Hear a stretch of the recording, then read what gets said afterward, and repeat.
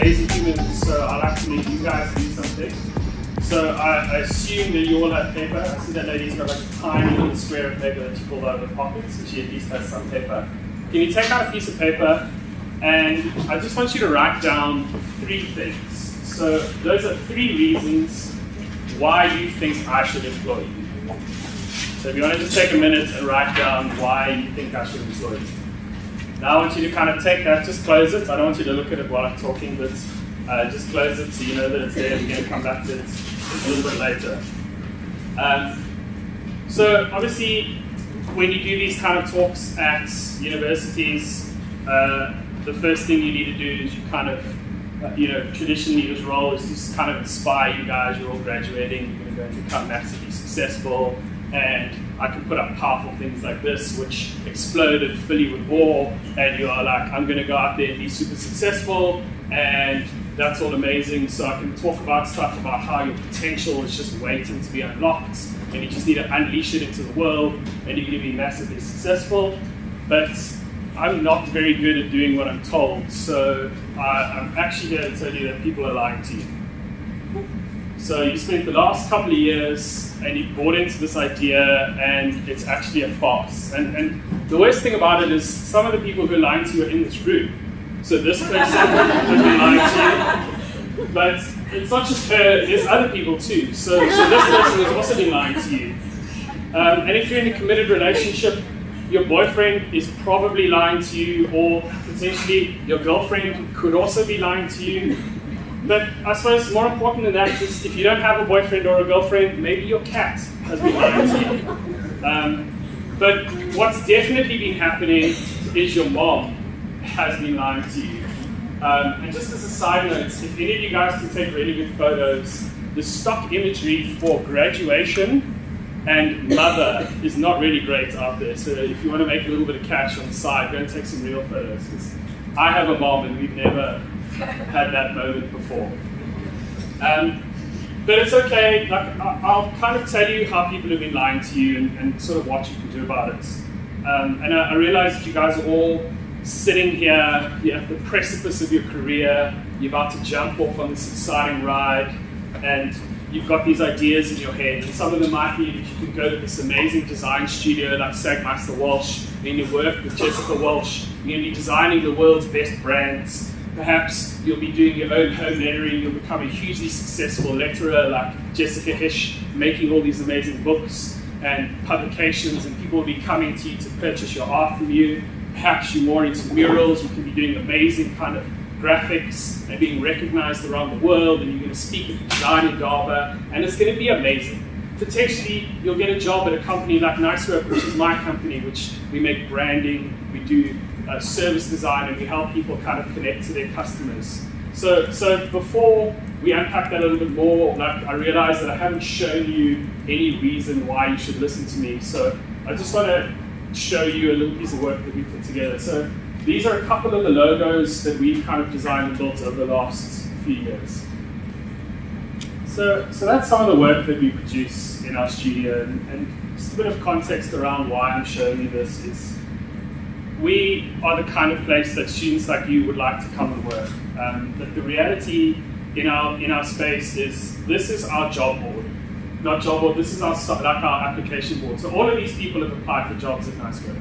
And since January this year, we've had 197 plus applications come through our studio. So there's a lot of kind of creatives like yourselves coming to companies like mine, trying to convince me to employ them. But the reality is, we've got quite a small team. But just because we're a small team doesn't mean that we don't output a hell of a lot. So this is our work board in our studio, where we break down the tasks that we have to create for our clients, and we kind of push them to the system. And part of this thing is a little bit of a metric. So I looked this morning, and this week we shipped 66 tickets, which means 66 pieces of work in part of projects have been shipped, and 3 jobs were finished. So we produced 66 items, and of those items they made up 3 things, and that's just in this last week. So that's what our team has done. And the reality is this team is small, like I alluded to. So all of this work was done by these 4 people. So you can see that our studio can output a huge amount, but not necessarily need a really, really big team. And before I kind of take this, I just want to tell you about one of our staff members, just for a moment. This is Andrea. She's a designer. She's been with us for about 3 years. Andrea lives at home with her mom, and every morning, Andrea's mom makes her an egg, and she decorates the egg. And the deal was that if Andrea started running, then her mom would make these eggs for her.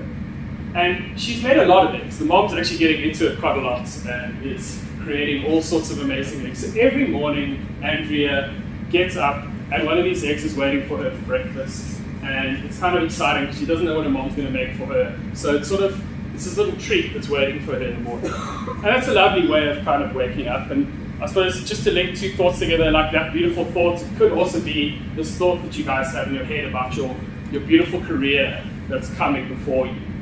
But unfortunately, I'm here to say that if you don't shift the way you go out there into the world, this job of yours is probably more likely to end up like this. So there's not so many design positions out there, and you're not as brilliant as your lecturers, your mom, and your boyfriend have been telling you. So when you're going out there, I think you need to be really, really clear on one thing. And that thing is that nobody gives a fuck about you. And it's a hard thing to hear. So it's not just me standing up here saying that. Nathan really doesn't give a fuck about you. Amit Tilly doesn't give a fuck about you. Pepe Marais doesn't give a fuck about you. And even worse, I'm standing here, I don't give a fuck about you. What I give a fuck about is my beautiful wife, my tiny son, my company, and travel. That's what I care about. And I care enough to actually come here and stand in front of you guys and talk to you, but I don't know who any of you are, and my company is running completely fine without any of you. So I don't actually need you. So this is a powerful number, 0. Can any of you guys guess what this is? No. This is the number of eggs that I have made for Andrea in her life. And this is someone who I really like. I've worked with her for 3 years. She's very valuable to my studio and she outputs a lot of work. But I don't care about her enough to go to her house, get little eggs, paint little faces on them and play games with them and feed her with them every morning. I've done that. I'm never going to do that. In fact, it's weird. I'm probably never going to do it for Sebastian, who I do actually care about. But I'm never going to do that for Andrea.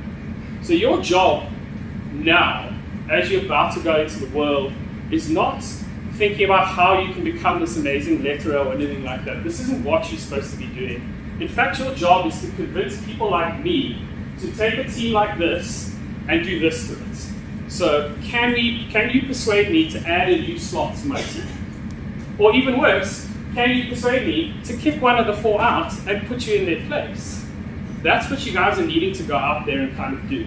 Because, and that's not all glum. So think of it like this. When we get a new person joining NiceWork, we put a huge amount of investment into that person. So some of the things that we do, we do training all the time. So we do online courses, we go for training, we invest a lot of money in kind of developing ourselves and building ourselves up as people. Lauren, our creative director, spends a lot of one-on-one time with every single designer who comes into the studio. So they get 10, 11, 12 hours of her time every week. She's been working in the industry for almost 20 years. So they're getting kind of direct access to those kind of people. We have an unlimited leave policy. We give you guys direct access to clients. You actually sit in front of the clients, you actually present your own work, and you get to see and hear the feedback kind of directly. We have millions of snacks. In fact, if I don't bring a snack into the office every day, people start to get really, really bleak with me. And you kind of have an opportunity to work on the NiceWork brand and with it. Every person who comes into my studio gets a coach, and that coach works with them every month, so dealing with whatever topic, because in the end of the day, I see our staff as an investment. So the more I invest into the people who work for me, the more I put into them, the better they become, the more they can give me, or they can give my clients better work. By giving my clients better work, we can earn more money, and the cycle kind of continues. So as our company grows, as our outputs get better, because our people are getting better, we're able to get more work and get access to better clients and get access to better projects. So the reality is, taking someone like you guys into our studio, it's between 6 to 12 months of this investment before you actually become financially viable for the studio. And that's That's the barrier to entry. That's what you need to convince me I'm worth putting into. So you need to tell me that you are worth this investment in order to come into our kind of studio. And I'm not saying that we don't do it. Everybody's hiring people, but this is how you need to start structuring your arguments, which leads me to my next point. There's this idea of laws of persuasion. Because your job is actually to persuade me to hire you. But on a bigger picture, your job as a creative is you get a brief. And it's not like accounting where you get given a task and the books either balance or they don't, so your job is either finished or it isn't. You are constantly having to go out there and going, the solution I've come up with for you is the right solution for your problem. So you need to persuade people all the time. You need to persuade your team members that your idea is the one that should be put forward, that your concept is the one that should be invested in. You need to convince your clients that your solution to their problem is the correct one, because it's not a linear game we're playing. We play in this very fuzzy, creative world, and there are 400 solutions for every brief that are put out there. So you need to convince people what they are. So there's 6 laws of persuasion. The first one is the law of reciprocity.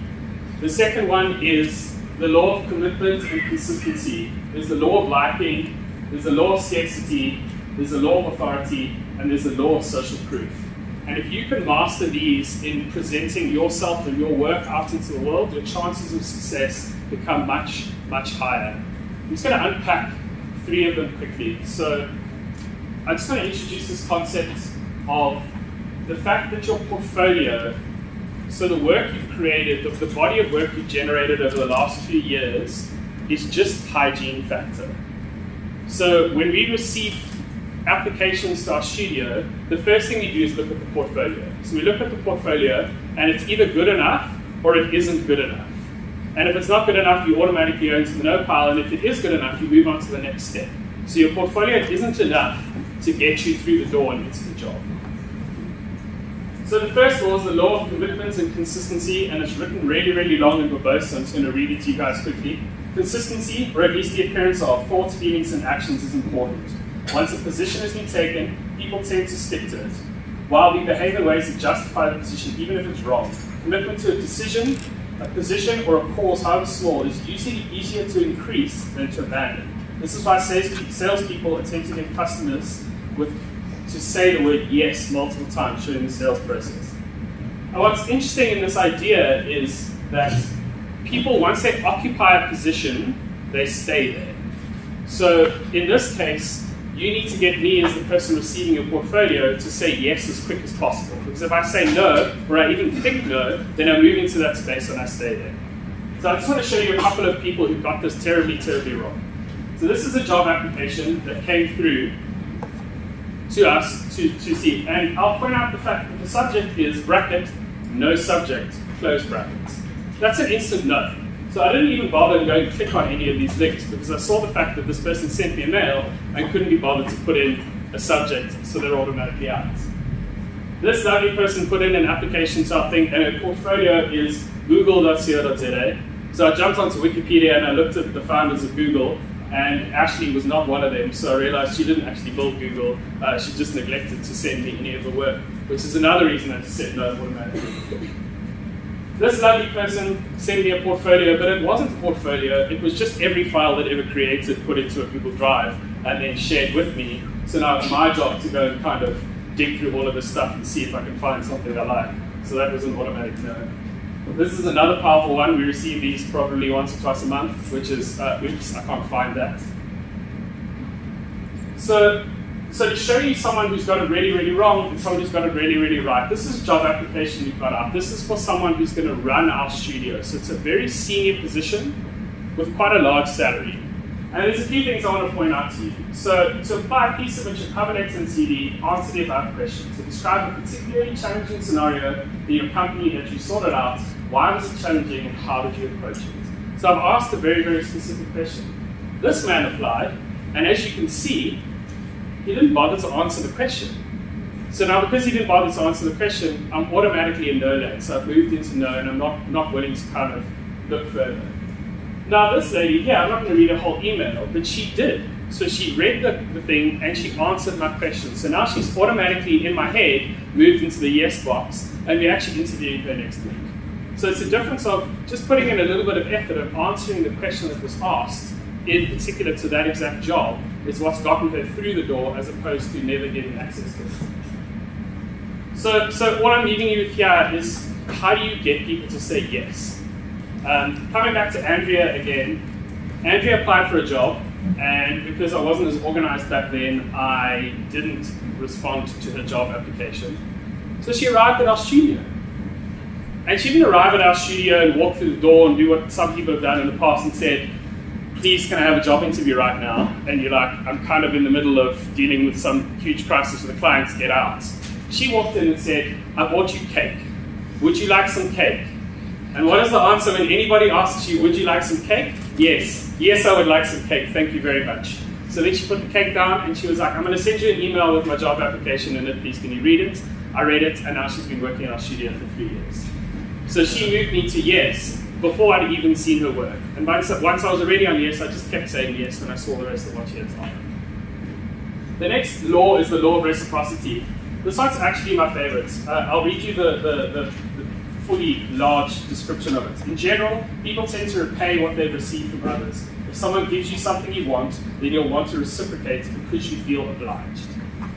And this works really well for me because I'm quite a generous person and I like to give things to people and I love to kind of share with people. But the idea is when you give to someone, they automatically, under an invisible social contract, feel like they owe you something back. So to kind of understand what this looks like in a job application perspective, think of it like this. How do you help me? So don't come and give me your portfolio. I'm sure all of you have designed it already where it's got this little wheel that goes, I'm 98% good at Photoshop and I'm 100% good at Illustrator and I'm 72% good at After Effects and I'm 86% good at that. That's not telling me what you can do for me. It's going, I'm very good at Photoshop and I've seen you've done this piece of work and I think I could help you like that. Here's a really good example. So this woman is applying for a job. We're actually going to send her a job offer today. And she didn't have the opportunity to be generous to me, but what she did do really well is she got her previous employers to write her a letter. And the context of these letters is they talked about how she was an asset to their company. So now I can very easily put myself in their shoes and go, oh, if I hire this person, I'll have all of this amazing stuff working for me. And it'll help solve my client goals and it'll make my creative better and it'll do all these kind of things. So it's just about framing yourself in a slightly different way. Instead of going, I want to talk about me, you want to say, this is who I am and this is what I can do for you. This is a job application for someone. She actually doesn't work there anymore, but she took our logo and she hand embroidered it and then she made it into this little wooden box and then she lays it, it's nice to be nice on the back. She also worked for us for a while. So she did something where she saw our brand, she liked our brand, she created something small and interesting around it, and she delivered her job, and then she got the job. Because you can't forget something like this. Once you've been given something like this, you have to interview someone. You can't be that person who looks at it and goes, thank you very much, now please get out of the studio. It was, thank you very much, let's organize some time for you to come in and interview. This is an amazing application. It's quite old, but this guy, his name is Florian Holstein. He's a creative director in Germany. And his dream job was to work for Adidas. So now instead of going the traditional route of, hey Adidas, I want to work for you, here's my CV, I'm amazing, please employ me, thank you very much. What he did is he wrote a letter to Adidas, looking like he was already working at Adidas, talking about the top 8 reasons that Adidas should hire him. So he's positioned himself that there are 8 things that he can do for Adidas, and how amazing is that? And then even better than that, he recreated his entire online persona so he could be perceived to be Adidas, and then he started to market Adidas even though he wasn't working for them. So now you can see how it's really easy for them when he walks through the door and he's like, I want to work at Adidas. They're like, we can totally see what you can do for us. Come in, let's start this thing. And he's been the creative director there for the last 6 or 7 years. So this is just this idea, if you're generous to me, I'll be generous back to you. And what that means is, if you give me something, and it doesn't have to be something expensive or something complex, if you give me something, I'm more likely to give you my time, because as someone running a company with a small baby, time is probably my biggest asset right now. So when you come and apply for a job for me, you're actually asking for an hour or 2 hours of my time, and that has a price for me. So if you give me something or you show that you're interested in me, I'm more likely to give you that time. So the last law I'm going to unpack for you guys is the law of liking. And there's this idea that people often share, which is that opposites attract. And this law actually says that that is completely untrue. It says that you like someone because you believe they are like you, or that you share some kind of a common trait. So you don't have to be carbon copies of each other, but if you conceive yourself to be an honest person and you see honesty in another person, you're more likely to like them because they are in line with you, and if you perceive them to be dishonest, you'll go in the opposite direction. This is a man called Ollie Barrett. He was knighted by the Queen, and his claim to fame is that he's a connector. So he's really, really good at introducing and connecting people, and also connecting himself to other people. And he's done some amazing projects. So he's launched a project where they had just over 1 million kids in the UK start businesses, where they gave each one of them £50. They taught them how to start and run a business. And then at the end of 6 months, all the kids had to give the £50 back. And then they counted how much money the students had generated in their little businesses over and above the £50 that they were given. And I think they generated just under £30 million across all of those students in their kind of little micro businesses. But that's not what I want to talk about with Ollie. So Ollie is a specialist at introducing people, or introducing people, either introducing people or connecting to people. And the idea that he has is that if you want to send someone a cold email, you need to extract something that shows you know something personal about them. And it doesn't have to be a deeply personal thing, but you can Google. So if you're applying at a studio, go onto Google the studio, find out what they've done, look at any latest press release, and you send your email that just says, hey, I would like to work at your studio. I saw that you just hired a new head of X. I think that's amazing. I really like that you are empowering women in South Africa. Please, can we have half an hour to have a job? You're more likely to get a response to that mail because it's now got something in there that's for me. And then what he does, which is very clever, if someone doesn't respond like in a week or 2 weeks or 3 weeks, all he does is find a new fact, like a more relevant fact, and put a relevant fact in, and he sends the same email back again. And he just keeps doing it until eventually somebody will respond. And he has about a 90% hit rate. So if he wants to meet the CEO of a huge company, he says the most that's ever taken him is 6 emails. And eventually that person has been like, oh, wow, this person really cares about me. They've noticed 6 different things that have gone on, and all he wants is an hour of my time. So they'll give me an hour of the time. This is how to do the opposite. So I want to point out a couple of things. The first one is there's 2 lovely fonts here. So this person, we're a design agency, and fonts are really important in design. And you can see that they've used a sans serif font and then a serif font, and there are 2 different sizes. And there's nothing personal in here at all. They're going, I'm writing this letter to initiate the application for the position graphic design or multimedia design. So they didn't even pick one job. They picked 2 different jobs in the positions advertised in the organization's weekly bulletin.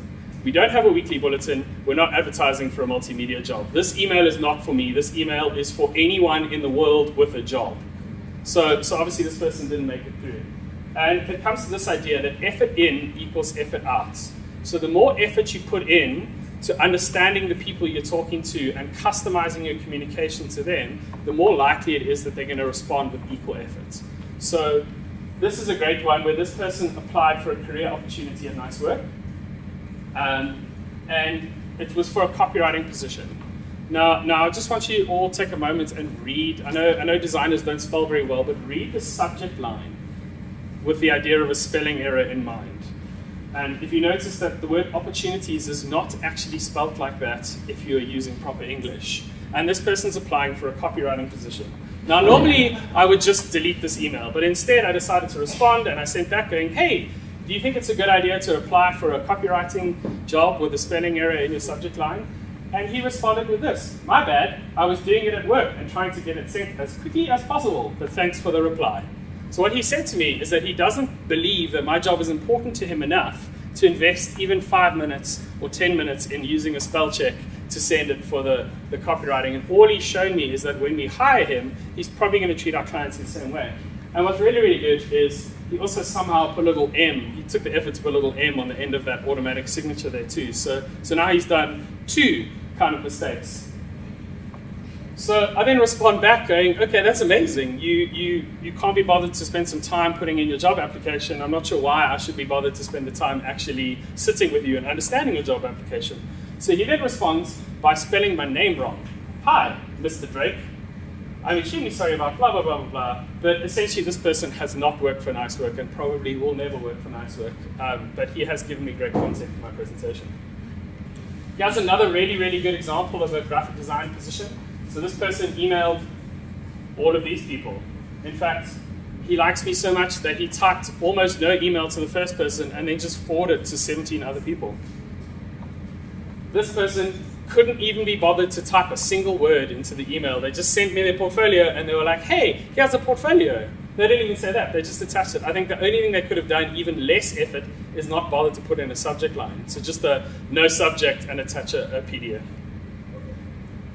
So another idea in this thing is that point out what we have in common. So if you can see that we're a branding agency and we like brands and we use a lot of color in our branding, just point out in your work going, you know what, I really enjoy creating brands. And as you can see in my piece of work in my portfolio, that I also enjoy really, really powerful application of color. And you can see I did it like that. So now I'm intrigued because I'm like, you know that I like that. So I'm more likely to go and kind of look at it. So if you can connect what you have in common with me or my company, once again, I'm more likely to give you a job. And I know this kind of stuff has maybe kind of stunted your ideas a little bit, but the reality is you're negotiating for a position. And great negotiations create a win-win situation. So how do you frame yourself when you go out there? How do you package yourself and give it to me that you have a huge amount to give my studio, knowing what our studio is going to give back to you, and how do you just align those two in your communications? And when you start applying for a job, how do you make this thing feel like a win-win? And in that case, why wouldn't you take it? Because everybody wants to go into a win-win situation. So now I just want to loop back around to the beginning of this thing. Will you take out your notes and look at the 3 reasons why I should employ you? And with what I've just told you, how would those 3 things change? So were they super, super generic? Were they customized? How could you take those 3 reasons and how could you reframe them to speak to Nice Work? And if you want to apply at Grid or Ogilvy or any of those other places, how do you take those 3 reasons? How do you repackage them, reword them, and position them in such a way that it feels like it was made specifically for that company, that role, that person? Because if you can do that, if you can successfully do that, you're more likely to be one of the 4 in a studio like Nice Work as opposed to one of the 197 that are just a red card in a Trello board. Because we're getting 197 applications. I'm sure Ogilvy is receiving way, way more. So coming back to this thought that no one really gives a fuck about you, maybe that was only a bit of a half-truth, because no one gives a fuck about you until you make them give a fuck about you. And once they do, they're going to keep you around forever. Because if you've put in the effort and you've showed me that you care about my job, my company, and coming to my space of work and creating something of value for me, I'm going to treat you with the same respect. I'm going to train you and have a great relationship going forward. Thank you very much, everyone. I don't know.